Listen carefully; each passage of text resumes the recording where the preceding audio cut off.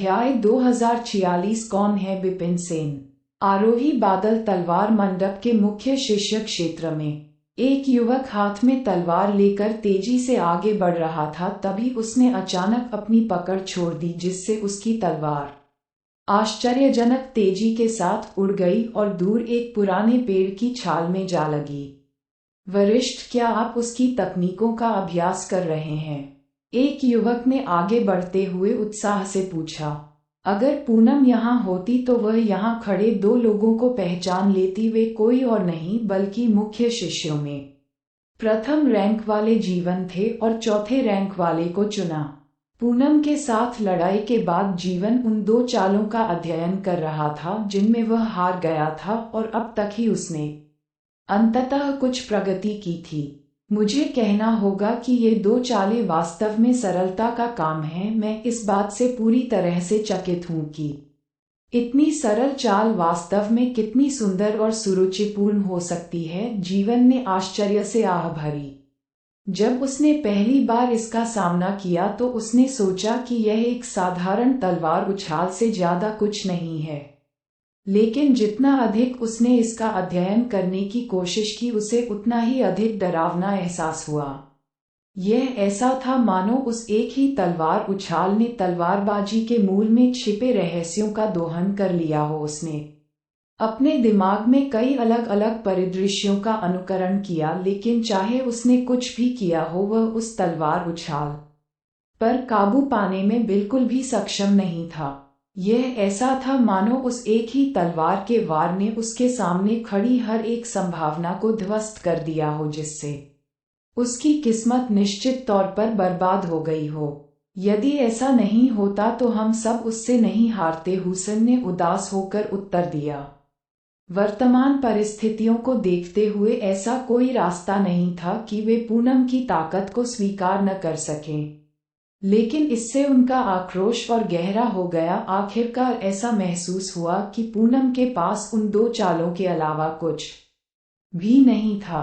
क्या आप ये पता लगाने में कामयाब रहे कि उसने वे दो चालें किससे सीखी? जीवन ने पूछा। मैंने संभावनाओं को सीमित कर दिया है और मेरा अनुमान है कि उसने उन्हें मालदार से सीखा है, जिसने हाल ही में आंतरिक शिष्य क्षेत्र पर विजय प्राप्त की है, हुसैन ने उत्तर दिया। यह वह है जिसे जीवन ने भौहें चढ़ा दी। अगर मैं गलत नहीं हूं तो क्या उसकी खेती केवल डायमेंशन शैटर दायरे की समाप्ति पर नहीं है? उसे हाल ही में लेसर स्यूडो इमोर्टल लोक में सफलता हासिल करनी चाहिए थी। वास्तव में मैंने अब तक जो भी इकट्ठा किया है उसके आधार पर ऐसा लगता है कि दानवीर जिसने हम सभी को हरा दिया है, उसके वही होने की संभावना है। वह अपनी कटौती के पीछे के तर्क को समझाने के लिए आगे बढ़ने ही वाला था कि एक गगनभेदी आवाज पूरी पर्वत श्रृंखला में गूंज उठी।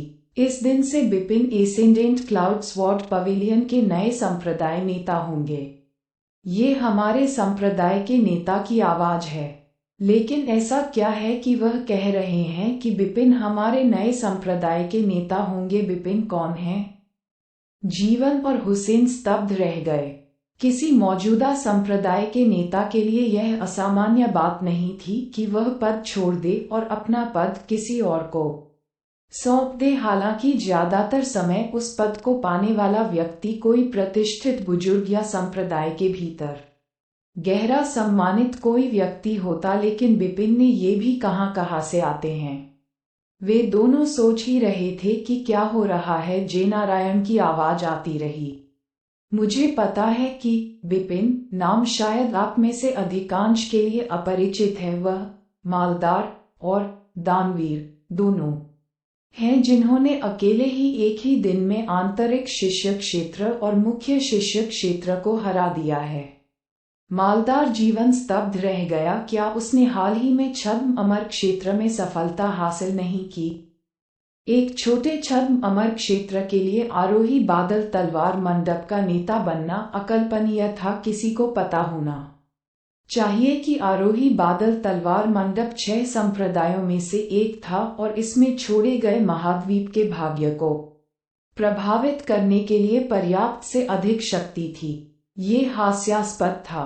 विपिन ने देवताओं की तलवार के इरादे को समझ लिया है, भले ही उसकी साधना केवल स्वर्गीय सच्चे अमर तक ही पहुंची हो। तलवारबाजी में अपनी श्रेष्ठ शक्ति के साथ वह एक स्वर्गीय उच्च अमर और उत्तराधिकार में 3 स्वर्गीय सच्चे अमरों को मारने में कामयाब रहा है। उसी साधना क्षेत्र में उसके पास ताकत है। मेरे और 4 अन्य बुजुर्गों के संयुक्त कौशल को वश में करते हुए जयनारायण ने अपने फैसले के पीछे के तर्क को सही ठहराया। एक क्षण रुके, वह स्वर्गीय सच्चे अमर क्षेत्र में है।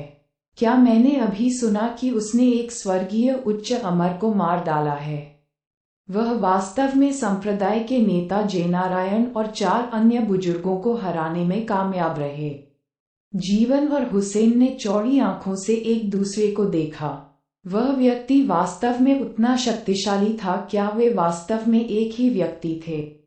इस बात पर विचार करते हुए कि वह व्यक्ति एक दिन पहले ही डायमेंशन शैटरर दायरे की समाप्ति पर था, ये पहले से ही एक अविश्वसनीय उपलब्धि थी कि वह एक ही दिन की अवधि के भीतर लेसर स्यूडो इम्मोर्टल दायरे तक पहुंचने में सक्षम था। तो इस अजीब दुनिया में संप्रदाय नेता जयनारायण का क्या मतलब था? उसकी साधना केवल स्वर्गीय सच्चे अमर तक पहुंची है। इसके अलावा दुनिया में एक स्वर्गीय उच्च अमर को मारना भी संभव था। मैं ये सब इसलिए कह रहा हूं ताकि आप सभी को ये बता सकूं कि यह मेरी अपनी इच्छा से है कि मैंने ये भूमिका उन्हें सौंपने का फैसला किया। मुझे उम्मीद है कि आप अपने संप्रदाय के नेता के रूप में उनका समर्थन करेंगे और हमारे आरोही क्लाउड तलवार मंडप को आगे बढ़ाएंगे, अधिक से अधिक ऊंचाइयों तक। जिसके बाद आवाज धीरे धीरे खत्म हो गई। हुसैन ने अविश्वास से जीवन की ओर देखा। मुझे लगता है कि हमें संप्रदाय के नेता जयनारायण के आदेशों को सुनना चाहिए। आज से हमारे संप्रदाय के नेता कोई और नहीं बल्कि विपिन होंगे। लेकिन हम ये भी नहीं जानते कि संप्रदाय नेता विपिन कैसा दिखता है या उसकी उम्र कितनी है। जीवन और हुसैन इस बात को लेकर बहुत उलझन में थे कि उन्हें उनके सामने मौजूद स्थिति का क्या मतलब निकालना चाहिए। यदि आप चाहते हैं कि हम इस नए संप्रदाय के नेता का अनुसरण करें तो आपको कम से कम हमें ये बताना चाहिए कि वह कैसा दिखता है। आप हमें उसके बारे में कोई जानकारी भी नहीं दे रहे हैं, तो आप क्या करने की उम्मीद करते हैं? आंतरिक शिष्य क्षेत्र में किराब इस समय निवास के प्रवेश द्वार के सामने बैठा हुआ गहनता से दरवाजे का अध्ययन कर रहा था। मैं अपने बाएं पैर का उपयोग नहीं कर सकता, मैं अपने दाहिने पैर का उपयोग नहीं कर सकता और मैं उछल भी नहीं सकता। ऐसा लगता है कि मैं केवल रेंग कर ही अंदर और बाहर जा सकता हूँ। तभी किराब ने असहायता से अपना सिर हिलाया। हालांकि इस समय जयनारायण की आवाज हवा में सुनाई दी। हमारे युवा मास्टर 6 संप्रदायों में से एक एसेंडेंट क्लाउड स्वॉर्ड पवेलियन के नेता बन गए हैं। किराब सदमे में पीछे की ओर गिर गया। उसने जोर जोर से अपना सिर हिलाया, मानो अभी अभी मिली जानकारी को स्वीकार करने की कोशिश कर रहा हो।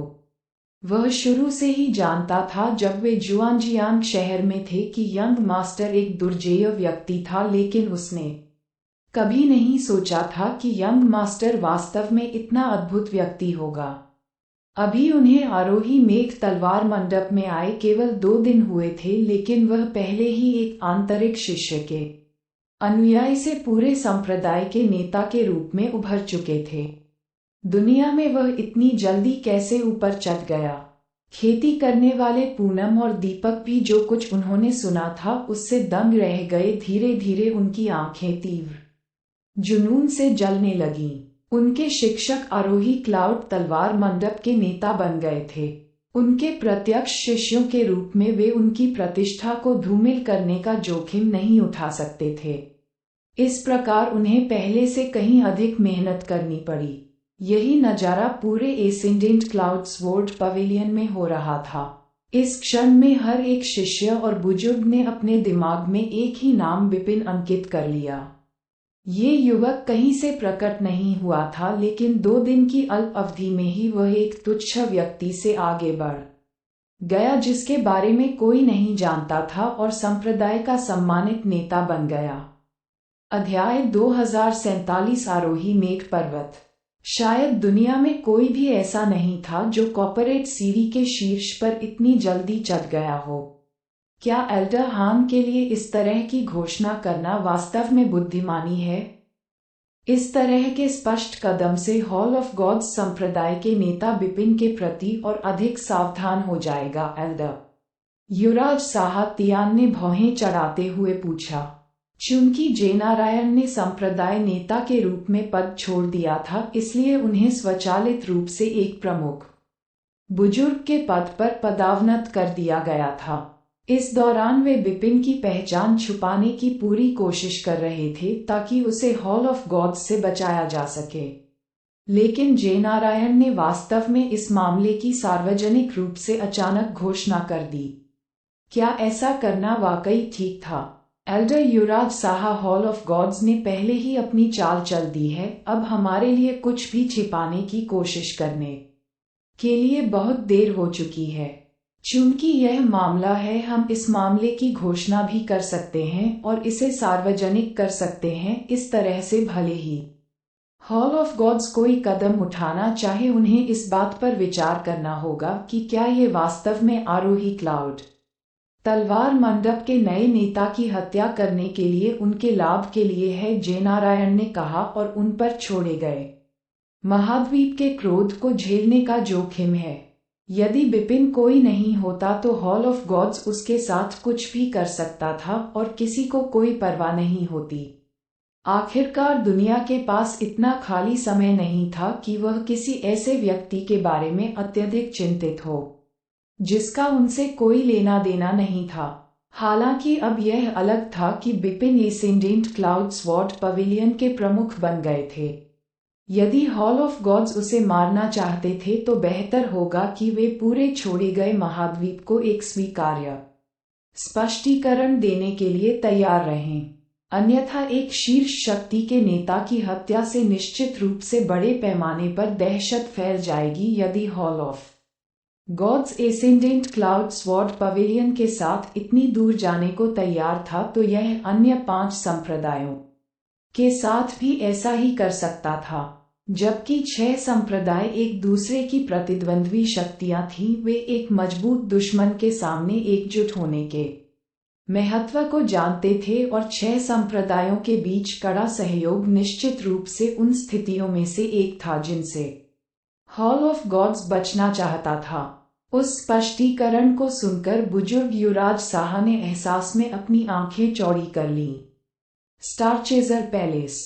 पूर्णिमा के चांद की याद दिलाने वाले दरवाजे के पीछे एक महिला खड़ी थी। उसने सफेद वस्त्र पहना हुआ था जो उसके काले बालों के साथ बहुत खूबसूरती से मेल खा रहा था, मानो कागज के टुकड़े पर स्याही की छाप हो। वह अक्सर अपने दिन आसमान की ओर देखते हुए बिताती थी। उसकी आंखों में गहरी नजर होती थी, जैसे कि वह दुनिया की इच्छा को समझने की कोशिश कर रही हो। आज भी कोई अपवाद नहीं था। संप्रदाय नेता। एक युवती अचानक पूर्णिमा के चंद्रमा के दरवाजे से अंदर आई और सफेद वस्त्र पहने महिला के सामने घुटनों के बल जमीन पर बैठ गई। क्या गलत? सफेद वस्त्रधारी महिला अपनी गतिशील सुंदरता को प्रकट करते हुए घूमी। हमें अभी अभी एसेंडेंट क्लाउड स्वॉर्ड पवेलियन में हमारे मुखबिरों से खबर मिली है। संप्रदाय के नेता जयनारायण ने अपने पद से इस्तीफा दे दिया है, जैसा कि युवती ने बताया है। 6 संप्रदायों का अपना सूचना नेटवर्क है। ईथर हॉल के माध्यम से समाचार को अभूतपूर्व तेजी के साथ छोड़े गए महाद्वीप के सभी कोनों तक पहुंचाया जा सकता है। वह आदमी क्या सोच रहा है? सफेदपोश महिला ने भौहें सिकोड़कर नीचे कदम रखा। एसेंडेंट क्लाउड स्वॉर्ड पवेलियन 6 संप्रदायों में से शीर्ष 3 में स्थान पाने में सक्षम होने का कारण जयनारायण की जबरदस्त ताकत से जुड़ा था। यदि इतना शक्तिशाली विशेषज्ञ बिना किसी वैध कारण के अचानक पद छोड़ देता है, तो इससे पूरे संप्रदाय का मनोबल गिर सकता है और यहाँ तक कि भगदड़ मचने का भी कोई सवाल ही नहीं है। मुझे जो समाचार प्राप्त हुआ है उसके आधार पर मैं पूरी तरह आश्वस्त नहीं हूँ कि घोषणा पूरी तरह से अप्रत्याशित थी और युवती ने उत्तर देने से पहले कोई संकेत नहीं दिया था। मुझे लगता है कि उत्तराधिकारी वह व्यक्ति होना चाहिए जिसने भगवान की तलवार के इरादे को समझ लिया हो। फिर उद्घाटन कब हो रहा है? सफेद वस्त्र वाली महिला ने पूछा। जेनारायण ने ऐसा कदम क्यों उठाया? इसका एकमात्र कारण ये था कि उसे उस पद के लिए अपने से अधिक उपयुक्त व्यक्ति मिल गया था और एकमात्र व्यक्ति जो जेनारायण से अधिक योग्य हो सकता था वह कोई और नहीं बल्कि वह विशेषज्ञ था जिसने देवताओं की तलवार के इरादे को समझ लिया था। ये वास्तव में मामला है। संप्रदाय नेता जेनारायण ने उल्लेख किया है कि नए संप्रदाय नेता ने देवताओं की तलवार के इरादे को समझ लिया है और बिपिन को जवाब देने से पहले उसकी याददाश्त लिखने के लिए उसका नाम युवती है। बिपिन, सफेद वस्त्रधारी महिला ने अपनी आंखें चौड़ी कर लीं। काचा काचा। जिस पत्थर के फुटपाथ पर वह खड़ी थी वह दरकने लगा। उसकी भावनाओं में तीव्र उतार चढ़ाव के कारण वह एक पल के लिए भी अपने शरीर की ऊर्जा को नियंत्रित करने में असमर्थ हो गई। संप्रदाय नेता। चौंक कर युवती ने डर के मारे जल्दी से अपना सिर नीचे कर लिया। ऐसा कुछ भी नहीं है, मैंने कभी नहीं सोचा था कि वह इतना तेज होगा। सफेद वस्त्र वाली महिला अपनी असामान्य स्थिति से तुरंत ठीक हो गई और उसके नीचे के पत्थर के फुटपाथ का विनाश भी रुक गया। क्या हमारे मुखबिरों ने अभी तक नए संप्रदाय के नेता से मुलाकात की है? क्या हमारे पास कोई जानकारी है? वह कितना शक्तिशाली है? नए संप्रदाय के नेता का अभी सार्वजनिक रूप से सामने आना बाकी है, लेकिन संप्रदाय के नेता जेनारायण ने अब तक जो कहा है उसके आधार पर इस व्यक्ति की साधना इस समय केवल स्वर्गीय सच्चे अमर क्षेत्र में है। फिर भी वह एक स्वर्गीय उच्च अमर और 3 स्वर्गीय सच्चे अमरों को मारने में कामयाब रहा। युवती ने उत्तर दिया। आरोही बादल तलवार मंडप में गुप्त रूप से मौजूद मुखबिरों ने संप्रदाय नेता जेनारायण के शब्दों को विस्तार से बताया था। केवल स्वर्गीय सच्चे अमर क्षेत्र में होने के बावजूद वह एक स्वर्गीय उच्च अमर को मारने में कामयाब रहा। सफेद वस्त्र वाली महिला ने अपने चेहरे पर एक अविश्वसनीय अभिव्यक्ति के साथ टिप्पणी की। तब से कितना समय हो गया है? वह इतने कम समय में इतनी तेजी से बढ़ गया। काचा काचा। पत्थर का फुटपाथ एक बार फिर दरकने लगा। संप्रदाय नेता डू, क्या आप संप्रदाय नेता बिपिन से परिचित हैं? युवती ने पूछा। उनकी धारणा थी कि उनके संप्रदाय का नेता ऐसा व्यक्ति था जो आसमान गिरने पर भी शांत रह सकता था, लेकिन इसी दिन वह पहले ही 2 बार अपना आपा खो चुकी थी। सफेद वस्त्रधारी महिला ने अपना सिर हिलाया और तुरंत अपनी घबराहट से उबर गई। अपने होठों पर मुस्कान के साथ उसने उत्तर दिया, मैं यह नहीं कहूंगी कि हम परिचित हैं, लेकिन मैं किसी ऐसे व्यक्ति को जानती हूँ जिसका नाम वू चेन है। हाँ। युवती कमरे से बाहर चली गई और कुछ क्षण बाद वह अपने बगल में एक किशोर युवक के साथ वापस लौट आई। संप्रदाय के नेता डू को सम्मान देते हुए किशोर युवक ने गहराई से प्रणाम किया। अपनी पीठ के पीछे हाथ रखकर सफेद वस्त्रधारी महिला ने उसकी ओर देखा और भावशून्यता से कहा, वह यहाँ है। वे 2 छोटे शब्द थे, लेकिन किशोर युवक को तुरंत समझ में आ गया कि सफेद पोशाक वाली महिला क्या कह रही थी। उसकी आंखें तुरंत चमक उठीं और उसने अपनी मुट्ठी पकड़ ली। संप्रदाय नेता डू, मैं उसका पीछा करना चाहता हूँ। मैं आग की लपटों के माध्यम से बहादुरी दिखाने और मरने के लिए तैयार हूँ। उसके निमित्त मैं तुमसे मेरी इच्छा पूरी करने की विनती करता हूँ। आप उसका पीछा करना चाहते हैं? क्या आप जानते हैं कि वह इस समय कहाँ है और वह कितना शक्तिशाली है? सफेदपोश महिला ने पूछा। किशोर लड़के ने सिर हिलाया। वह वर्तमान में आरोही बादल तलवार मंडप के संप्रदाय नेता हैं। उन्होंने देवताओं की तलवार के इरादे को समझ लिया है और उनकी साधना स्वर्गीय सच्चे अमर तक भी पहुंच गई है। इसके अलावा वह एक स्वर्गीय उच्च अमर को भी मारने में कामयाब रहे हैं। साथ ही सफेद वस्त्रधारी महिला ने कहा। ये किशोर युवक हैरान था और उसके चेहरे पर एक अविश्वसनीय भाव था और उसने कहा कि वह बढ़ने में सक्षम है। वास्तव में मैं हमेशा यही सोचता रहा कि आत्मा ईश्वर ने इस बार गलत निर्णय लिया है। निचले आयाम का कोई व्यक्ति उसके आकर्षण को जीतने के योग्य कैसे हो सकता है? हालांकि यह स्पष्ट हो गया है कि वह वास्तव में ऐसा व्यक्ति है जिसके पास असाधारण क्षमताएं और प्रतिभाएं हैं। मास्टर से एक बैग की तुलना में भी फीका नहीं है। जैसे ही सफेद वस्त्रधारी महिला ने बात की, वह पूर्णिमा के दरवाजे से गुजरी और कहा, चलो एक साथ आरोही बादल तलवार मंडप की ओर चले। मैं ये सत्यापित करना चाहूंगी कि नवनियुक्त संप्रदाय नेता वास्तव में वह है या नहीं। ये कहकर वह किशोर युवक के साथ अचानक वहीं गायब हो गई।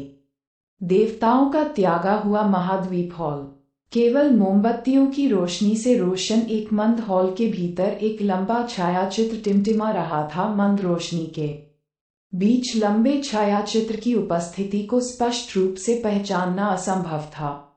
एक काले वस्त्रधारी व्यक्ति ने जमीन पर घुटने टेककर मास्टर का अभिवादन किया। ये कैसी भावहीन आवाज है जो लंबे छायाचित्र से सुनाई दे रही है। आरोही बादल तलवार मंडप के संप्रदाय नेता जयनारायण ने बिपिन को अपना पद सौंपते हुए पद छोड़ दिया है क्या? हम अभी भी अपनी प्रारंभिक योजना के साथ आगे बढ़ रहे हैं? काले वस्त्र पहने व्यक्ति ने पूछा। वह अपनी स्थिति से नीचे चला गया। लंबे सिलहूट ने ठंड से परेशान किया। दिलचस्प, क्या वह सोचता है कि मैं उस वजह से पीछे हट जाऊंगा? भुगतान करें जो मायने रखता है, उस पर ध्यान न दें। जैसे ही वह व्यक्ति समझ में आता है उसे पकड़ लें। लेकिन काले वस्त्र पहने व्यक्ति झिझक रहा था। अगर हम 6 संप्रदायों के किसी नेता को छूते तो मुझे डर है कि हम सभी को अपने खिलाफ कर सकते हैं। पेंग। इससे पहले कि वह अपनी बात पूरी कर पाता, उसे पीछे की ओर उड़ते हुए भेज दिया गया। उसका शरीर जमीन से टकरा गया और उसके होठों के कोनों से ताजा खून रिसने लगा। इस एक झटके से उसका चेहरा पीला पड़ गया था। क्या मैंने आपसे मुझे ये सिखाने के लिए कहा था कि मुझे क्या करना है? लंबे कद ने अपनी आंखें ठंडी कर लीं। मैं मुक्ति की तलाश में पत्थर जैसे ठंडे फर्श पर अपना माथा बार बार पटकने वाले काले कपड़े पहने आदमी को देखने की हिम्मत नहीं करता। बेहतर होगा कि मैं खुद को एक बार फिर से दोहराऊंगा, चाहे कुछ भी हो। मैं चाहता हूं कि उसे मेरे सामने जिंदा पेश किया जाए। अगर कुछ भी गलत हुआ तो मैं तुम्हारे मांस की खाल उतार दूंगा। लंबे सिलहूट ने अपना हाथ लहराया। वह बुझी हुई मोमबत्ती की लौ की तरह वहीं गायब हो गया।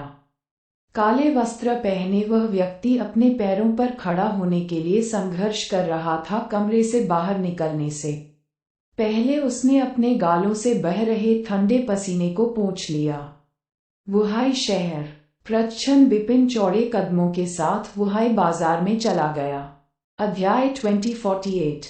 एसेंडेंट क्लाउड स्वॉर्ड पवेलियन से निकलने के बाद उन्होंने लगभग 10 मिनट तक देवताओं की तलवार के इरादे का उपयोग करते हुए उड़ान भरी, जब तक कि वह अंततः यहाँ नहीं पहुँच गए। इस प्रकार उन्हें अभी भी इस खबर से अनभिज्ञ था कि जयनारायण ने संप्रदाय के नेता का पद उन्हें सौंप दिया था। क्या आपको किसी चीज की आवश्यकता है? रिसेप्शनिस्ट ने मुस्कुराते हुए पूछा। बिपिन ने ठंडे स्वर में उत्तर दिया, मैं एक हवाई जानवर किराए पर लेना चाहूंगा। वह वर्तमान में अपने 30वें दशक के अंत में एक सौम्य मध्यम आयु वर्ग के व्यक्ति के रूप में प्रच्छन्न था। उसका चेहरा साफ था और उसका शरीर लंबा था, लेकिन वह शीतलता की आभा छोड़ता था जो दूसरों को उससे दूर धकेलती प्रतीत होती थी। ईमानदारी से कहें तो एसेंडेंट क्लाउड माउंटेन यहाँ से बहुत दूर नहीं था और उसकी उड़ान क्षमता के साथ यह केवल 10 मिनट की यात्रा होगी। हालांकि यह वह जगह थी जहां हॉल ऑफ गॉड्स ने देखा और उसकी हत्या करने का प्रयास किया।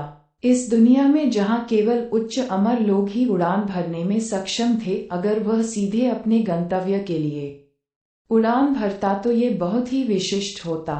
यहाँ तक कि जब वह वुहाई शहर की ओर जा रहा था तब भी उसने हरे भरे हरियाली की आड़ में जमीन के करीब उड़ना सुनिश्चित किया था, हालांकि वह जानता था कि इससे उसकी गति काफी धीमी हो जाएगी।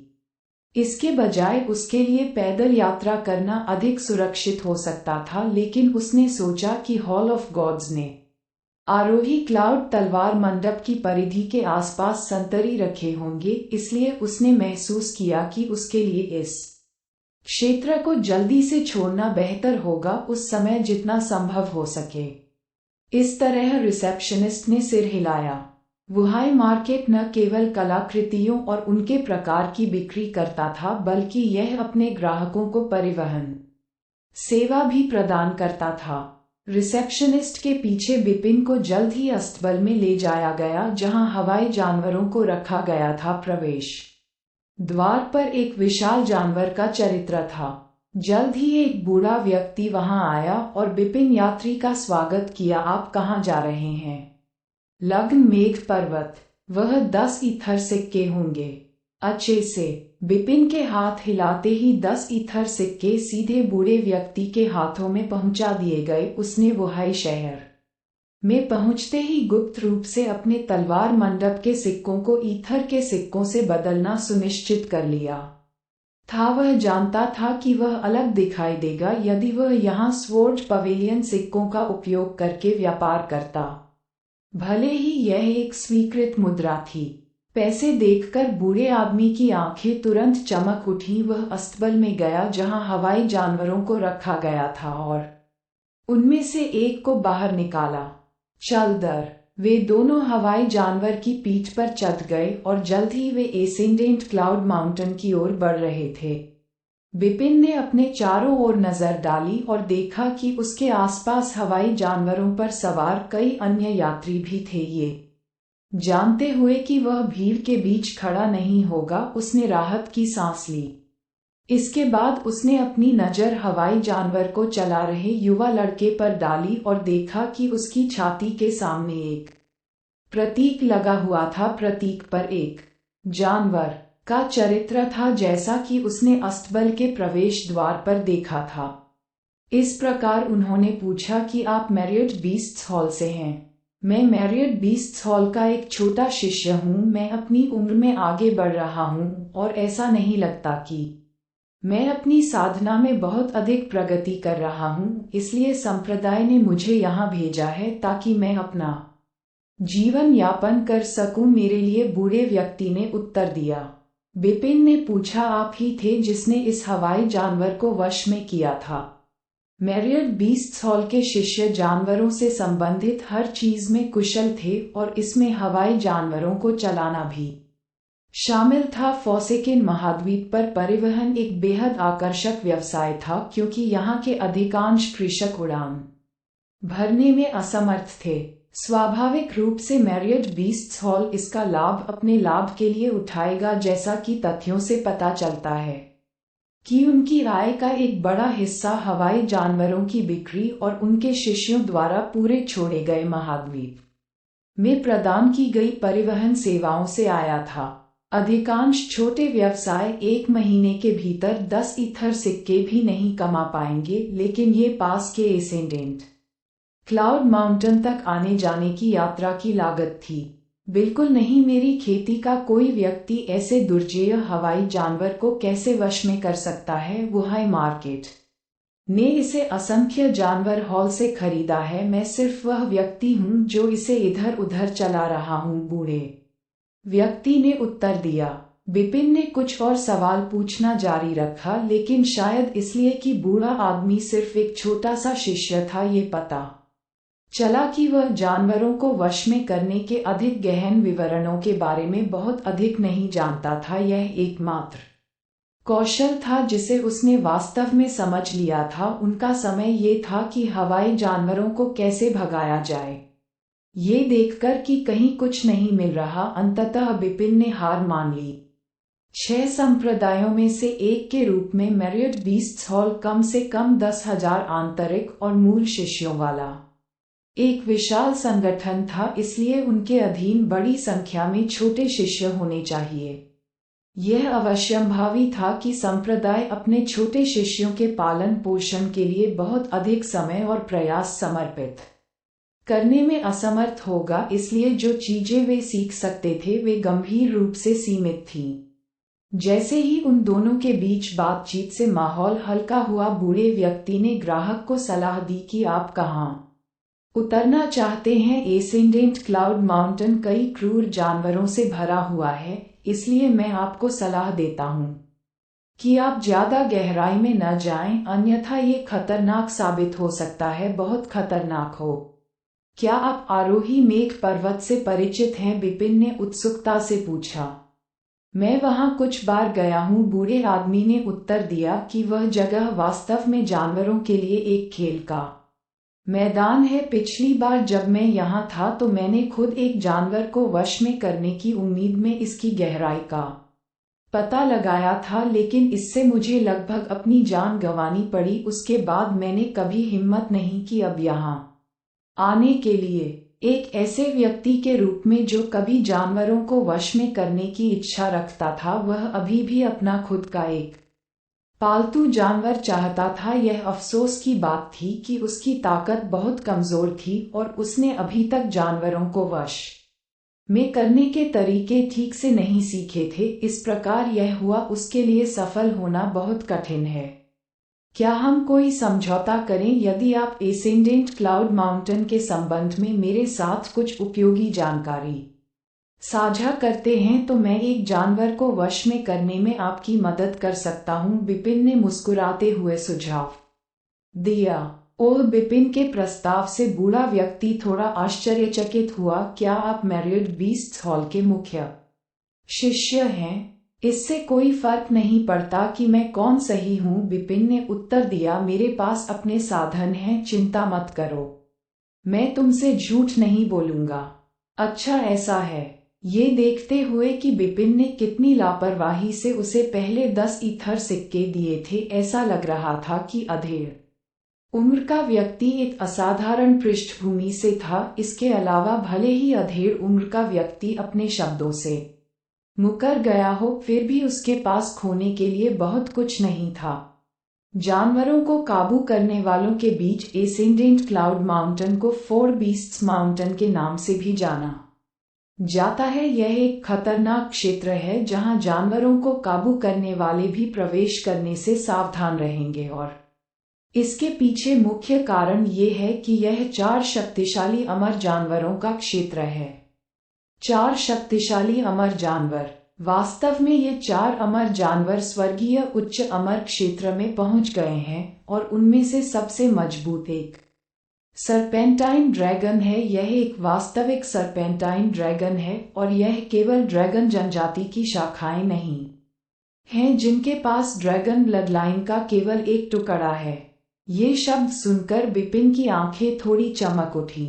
ऐसे कई जानवर थे जिन्हें उन्होंने मास्टर टीचर कॉन्टिनेंट में वश में किया था, जिनके नाम में ड्रैगन शब्द था, लेकिन वे बस दूर के रिश्तेदार थे जिनके पास ड्रैगन ब्लडलाइन सरपेंटाइन ड्रैगन का संकेत था। वे शुद्ध रक्त वाले ड्रैगन नहीं थे, लेकिन उन्हें पहले से ही माना जा सकता था ड्रैगन जनजाति के सदस्य के रूप में। एक सच्चे सरपेंटाइन ड्रैगन के रूप में इसकी युद्ध क्षमता निश्चित रूप से सामान्य अमर जानवरों से कहीं अधिक थी। विपिन ने पूछा, दूसरों के बारे में क्या? दूसरा सबसे मजबूत 9 सिर वाला फिएरी फीनिक्स है, जो अपने भीतर फीनिक्स ब्लडलाइन रखता है। अंतिम 2 नाम 7 पूंछ वाले स्वॉर्डफैंग टाइगर और एक सफेद कान वाले लोमड़ी हैं। बूढ़ा आदमी इस बिंदु पर एक क्षण के लिए रुका और आगे बोला, ये वास्तव में थोड़ा अजीब है। भले ही सफेद कान वाला लोमड़ी किसी कारण से 4 अमर जानवरों में सबसे कमजोर है, यहाँ तक कि सबसे मजबूत सरपेंटाइन ड्रैगन भी उसकी बातों पर ध्यान देता है। असंख्य जानवर संप्रदाय ने कई बार सरपेंटाइन ड्रैगन को वश में करने की कोशिश की, लेकिन हर बार सफेद कान वाले लोमड़ी की योजनाओं ने उनकी योजनाओं को विफल कर दिया, जिससे उनके पास हार के अलावा कोई विकल्प नहीं बचा। सफेद कान वाले लोमड़ी बिपिन ने चिंतनपूर्वक सिर हिलाया। अध्याय 2049 serpentine dragon. Ascendant cloud sword pavilion में मौजूद कई मिलियन पुस्तकों में सफेद कान वाले लोमड़ी के संबंध में कई रिकॉर्ड थे।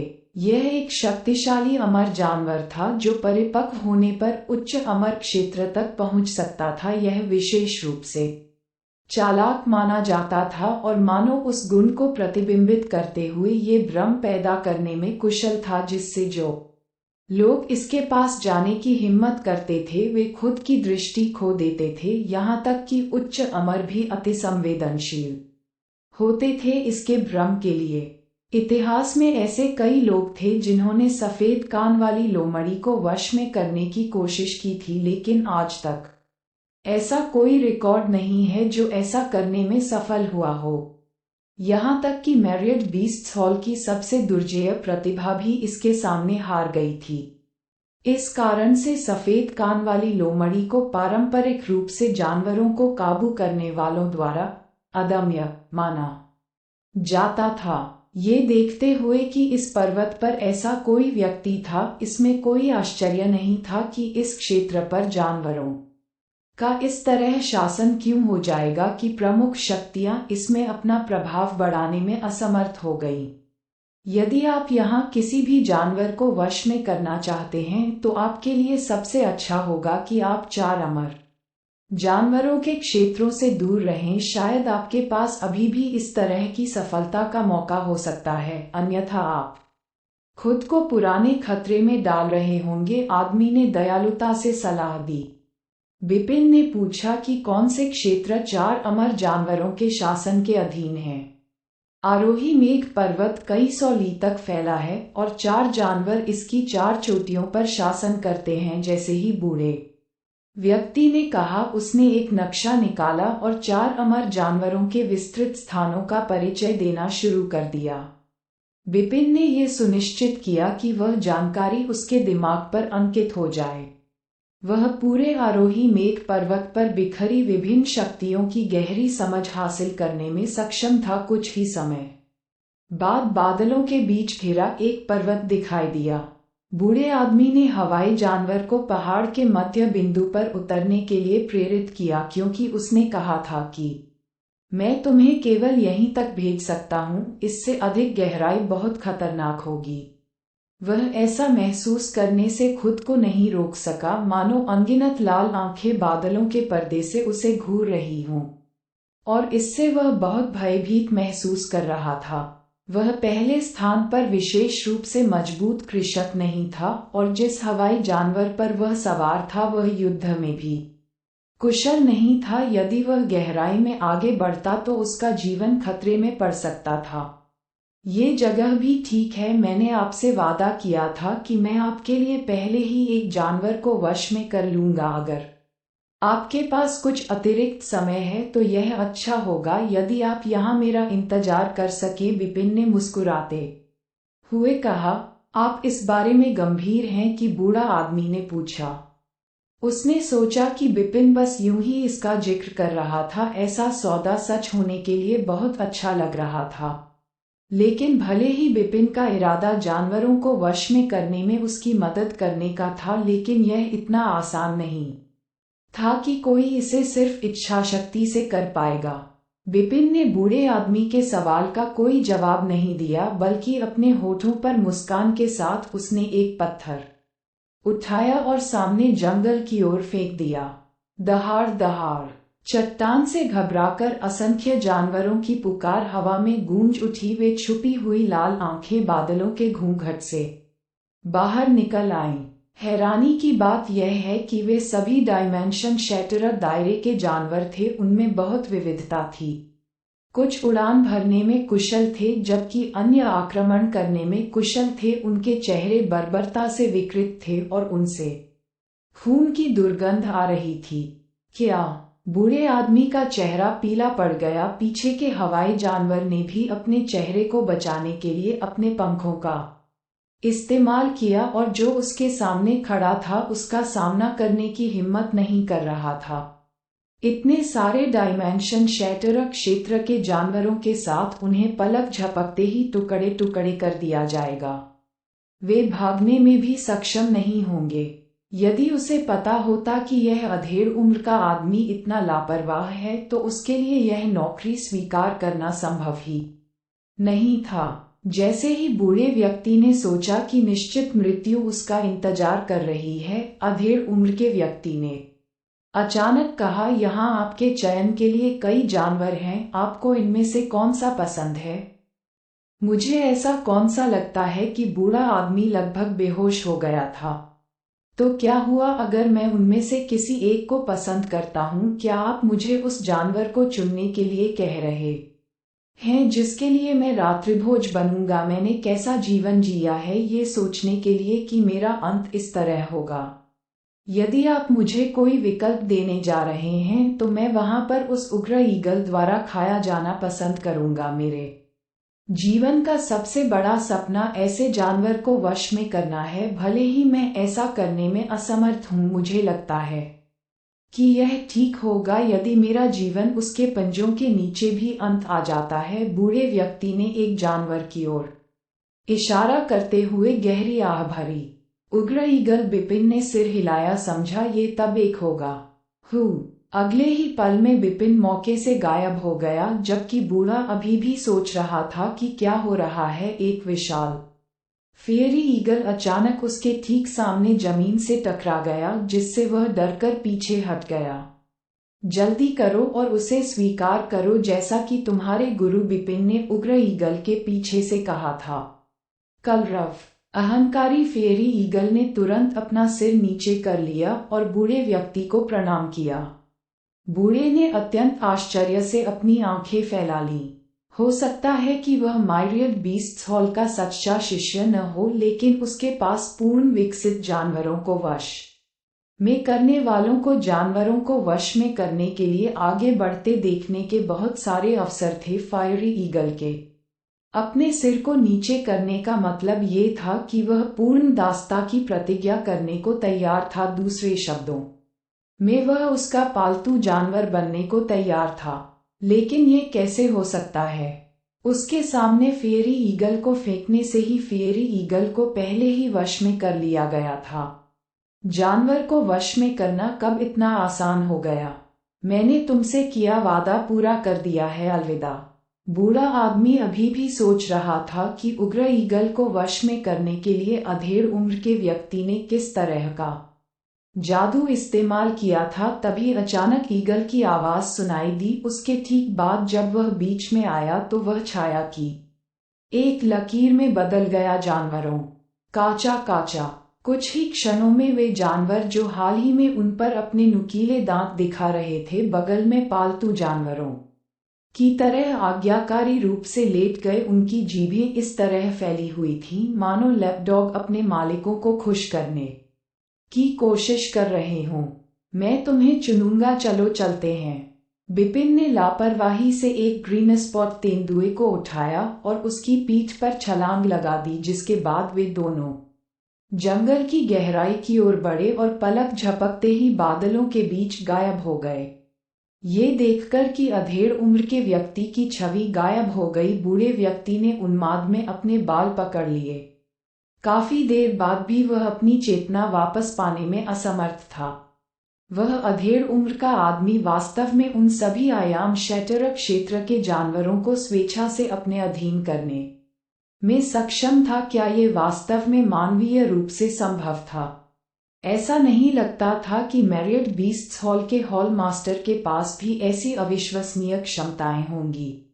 मैंने सुना है कि मैरियड बीस्ट्स हॉल ने हाल ही में अपने सदस्यों के लिए एक अविश्वसनीय रूप से कठिन परीक्षा जारी की है, भले ही वह कोई भी हो, जब तक जानवरों को काबू करने वाला 4 अमर जानवरों में से किसी एक को वश में करने में सक्षम है, उसे अगले हॉल बनने के लिए विचाराधीन रखा जाएगा। मास्टर, क्या वह अधेड़ उम्र का आदमी मैरियड बीस्ट्स हॉल का कोई बुजुर्ग हो सकता है जो यहाँ परीक्षा देने आया है? बूढ़े आदमी को आश्चर्य हुआ क्योंकि उसे वह खबर याद आ गई जो उसने कुछ दिन पहले ही सुनी थी।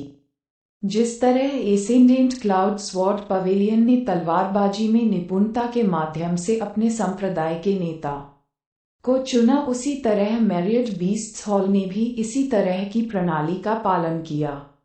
इसका संप्रदाय नेता जानवरों को वश में करने में किसी की प्रवीणता और किसी के वश में किए गए जानवर की ताकत के आधार पर था।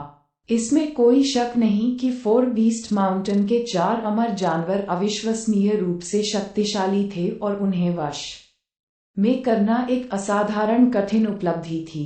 इस तरह की उपलब्धि में सफल होने से जानवरों को वश में करने की क्षमता साबित होगी और 4 अमर जानवरों में से किसी एक की ताकत किसी एक को असंख्य जानवरों के हॉल के शीर्ष पर पहुंचाने के लिए पर्याप्त थी। इस तरह से चुने गए संप्रदाय के नेता पर कोई भी सवाल नहीं उठाएगा। बूढ़े व्यक्ति ने हाँ में सिर हिलाया, ऐसा ही होना चाहिए।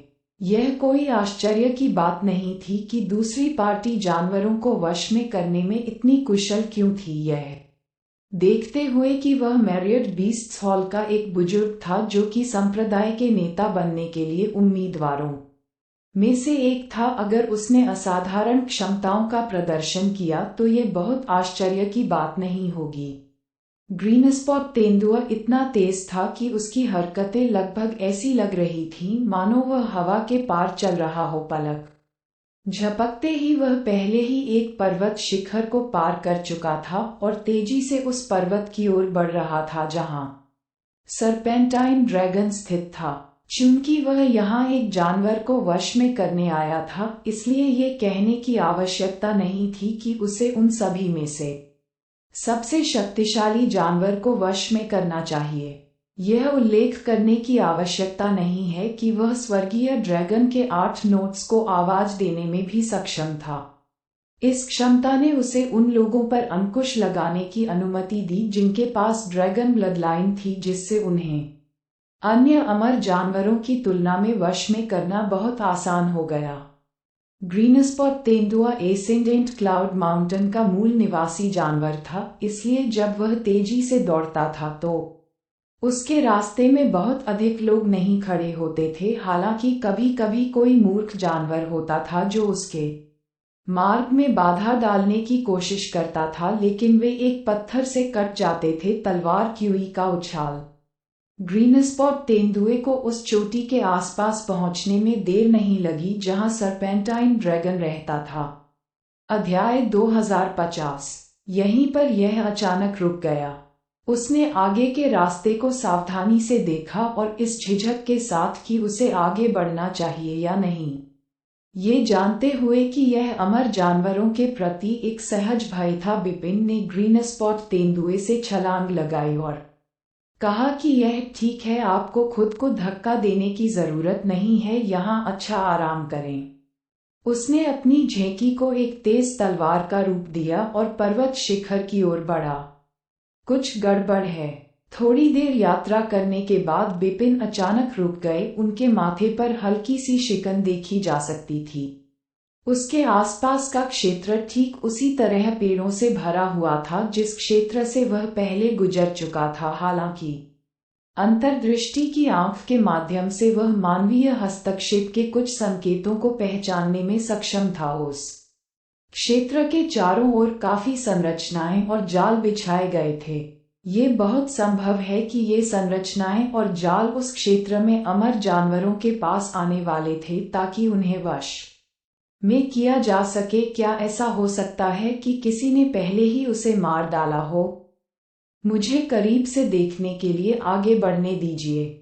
सेटअप में खामियों का फायदा उठाते हुए बिपिन पर्वत शिखर के करीब जाते हुए संरचनाओं और जालों को सावधानी से बुनने में सक्षम थे। जल्द ही उसने 7 लोगों को एक विशाल चट्टान के पीछे छुपते हुए देखा। उनमें से एक ने कुछ फॉर्मेशन झंडे पकड़ रखे थे और उसने तेजी से क्षेत्र में सावधानी से एक फॉर्मेशन स्थापित किया। मेरा काम हो गया, अब हमें बस सरपेंटाइन ड्रैगन को लुभाना है और वह हमारी संरचना में फंस जाएगा। एक बार जब हम इसे सफलतापूर्वक फंसा लेंगे तो आपके लिए इसे वश में करना बहुत आसान हो जाएगा। साथ ही यह संरचना हमारी रक्षा करेगी। अगर कुछ भी गड़बड़ हो जाए तो संरचना तैयार करने वाले बूढ़े व्यक्ति ने राहत की सांस लेते हुए कहा।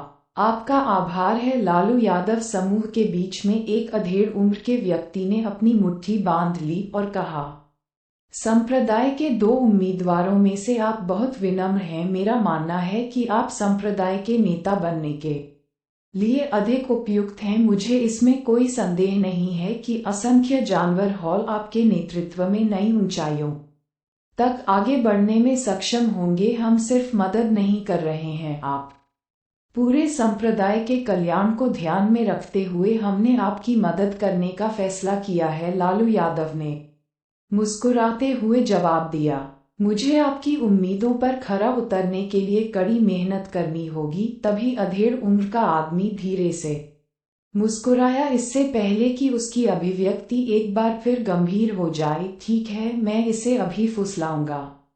बोलते बोलते उसने एक जैड बोतल निकाली और ढक्कन खोल दिया। एक तेज गंध तुरंत आसपास के वातावरण में फैल गई। 7 के समूह से बहुत दूर नहीं छुपे बिपिन की भौहें ऊपर उठी। वह ड्रैगन ब्लड है। वह जैड बोतल में जो कुछ भी था उसकी ठीक से झलक नहीं पा सका, लेकिन वह अभी भी आसपास के वातावरण में फैली अनोखी खुशबू और आभा से परिचित था। उस समय अपनी चोटों से उबरने के लिए सॉवरेन चेनलिंग ने ड्रैगन ब्लड को परिष्कृत किया था। उस समय की गंध जैड बोतल की गंध के समान थी। इसके अलावा ऐसा लगता है कि इसमें बहुत गहरी सुगंध है, जो ये दर्शाती है कि ड्रैगन का रक्त अधिक शुद्धता वाला था। मनदीप ने कहा कि यह शुद्ध रक्त वाले ड्रैगन का रक्त है। लालू यादव ने आश्चर्य से पूछा।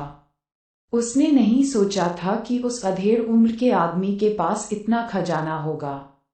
किसी को पता होना चाहिए कि छोड़े गए महाद्वीप पर एक भी शुद्ध रक्त वाला ड्रैगन नहीं था, इसलिए उसका रक्त प्राप्त करना असंभव होना चाहिए था। जैसे कि छोड़े गए महाद्वीप पर जानवरों को वश में करने का अधिकार होने के बावजूद असंख्य जानवर हॉल के किसी भी सदस्य के पास नहीं था। पहले एक प्योर ब्लडेड ड्रैगन देखा।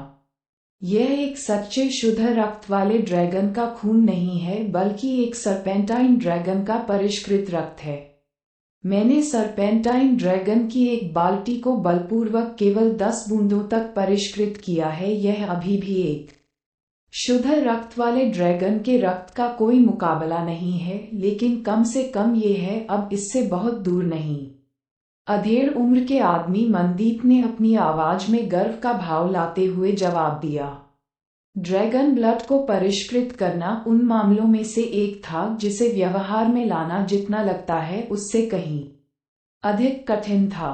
ड्रैगन ब्लड को बेहद अस्थिर और हिंसक माना जाता था। अगर कोई सामान्य इंसान इसकी एक बूंद भी निगल लेता तो प्रचंड ऊर्जा के कारण उसका पूरा शरीर वहीं फट जाता, इसलिए ड्रैगन ब्लड को परिष्कृत करना और भी मुश्किल था। मनदीप को यहाँ तक आने में काफी मेहनत और समय लगा होगा। दुर्जेय लालू यादव ने सिर हिलाया। ऐसी बात से सरपेंटाइन ड्रैगन निश्चित रूप से आकर्षित हो जाएगा। एक बार जब वह आप पर हमला करने की कोशिश करेगा तो वह हमारे जाल में फंस जाएगा। एक बार ऐसा होने पर उसे वश में करने में केवल कुछ ही समय लगेगा। सरपेंटाइन ड्रैगन को आज तक कोई भी वश में नहीं कर पाया। इसका कारण ये था कि वह कितना सतर्क था। उसने पहले कभी किसी को उसे घेरने की अनुमति नहीं दी थी। इस प्रकार जब तक वे सरपेंटाइन ड्रैगन पर काबू पा सकते हैं, बाकी सब आसान होना चाहिए। मैरियट बीस्ट्स हॉल के साधनों को देखते हुए एक कोने में बंद जानवर को वश में करना बहुत मुश्किल नहीं होना चाहिए। गर्जन। जैसे ही वे एक दूसरे से बात कर रहे थे, अचानक आसमान से गड़गड़ाहट की गड़गड़ाहट गूंज उठी। भीड़ ने अपना सिर ऊपर उठाया तो देखा कि एक विशाल सरपेंटाइन ड्रैगन उनके ठीक ऊपर तैर रहा था। उसकी विशाल आंखें जो चमकती लालटेन की याद दिला रही थी, जैड की बोतल पर टिकी हुई थी जिसे मनदीप ने पकड़ रखा था। एसेंडेंट क्लाउड माउंटेन का सबसे मजबूत सरपेंटाइन ड्रैगन वास्तव में उनके द्वारा तैयार किए गए ड्रैगन ब्लड के आकर्षण में फंस गया था। यही मनदीप का शरीर उत्तेजना से तनावग्रस्त हो गया जब उसने सरपेंटाइन ड्रैगन को देखा।